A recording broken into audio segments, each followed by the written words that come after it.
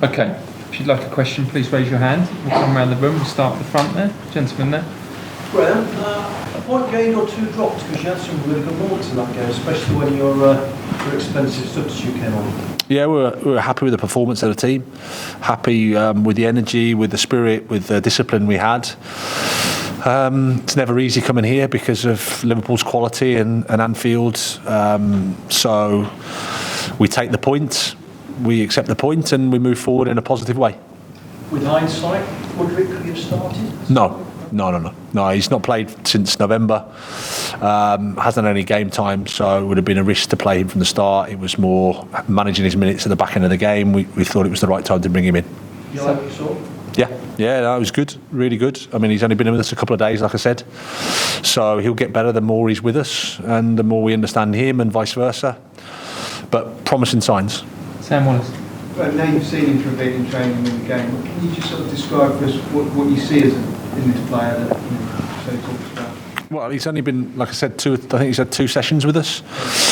But from watching him at Shakhtar and seeing his quality there, he's dangerous in 1v1 situations in the final third. He can make things happen. I think he'll get supporters off their seats.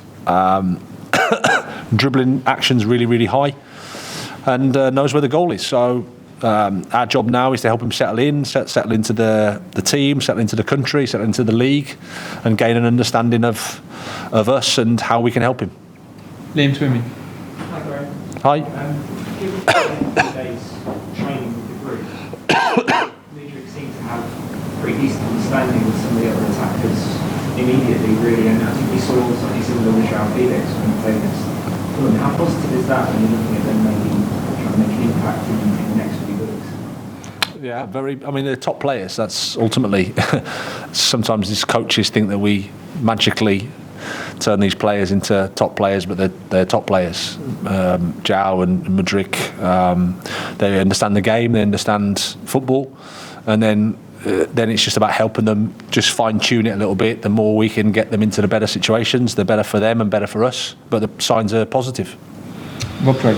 Yeah, Graham, so with João, with coming back, with Mudryk, with Benoit played well today, the team in the second half of the season is going to look very different to the team that maybe they started the season with. So do you think there's enough time to make up the difference to is top 4 viable, or do you get from that kind of run where you start putting wins together? Because this, all said and done, is only 1 point, and you now need points to make up that gap. Yeah, but I think that rather than worry about what's going to happen in 4 or 5 months' time, we have to just focus on the next day's training, the next match. We've been through a period where, I mean, Liverpool have suffered as well, but if you look at how many players we've had missing for a period of time, it's into the double figures.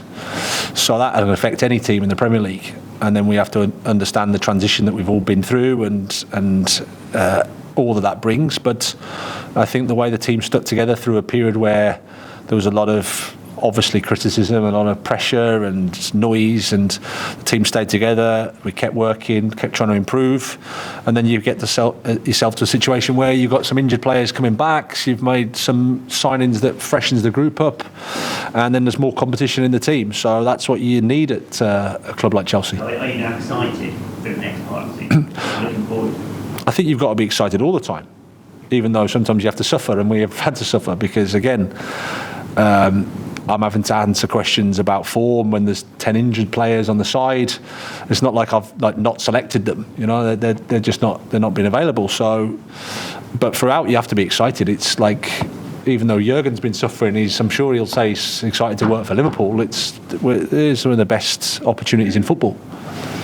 Graham, you mentioned top players. I mean, does Thiago Silva kind of never cease to amaze us? Cold January day, he's still playing like that in the World Cup. Yep.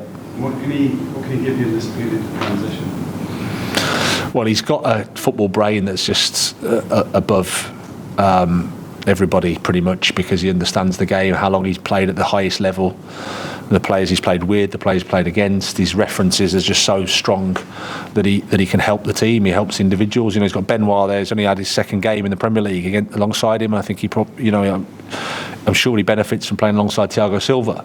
Everyone benefits from him. He's a leader on the pitch, leader off the pitch. Really important player. Okay, 2 more today. Adam Newson, and then here to finish. Adam. Hi. Just up forward. Madueke is obviously signed, as we spoke to yesterday. What do you expect he's going to bring? And what's the next on Chalobah? Does it look like another injury? Yeah, now I can speak about him because he's a Chelsea player. Exciting player. Brings a left-footed attacking option for us and competition in that area of the pitch.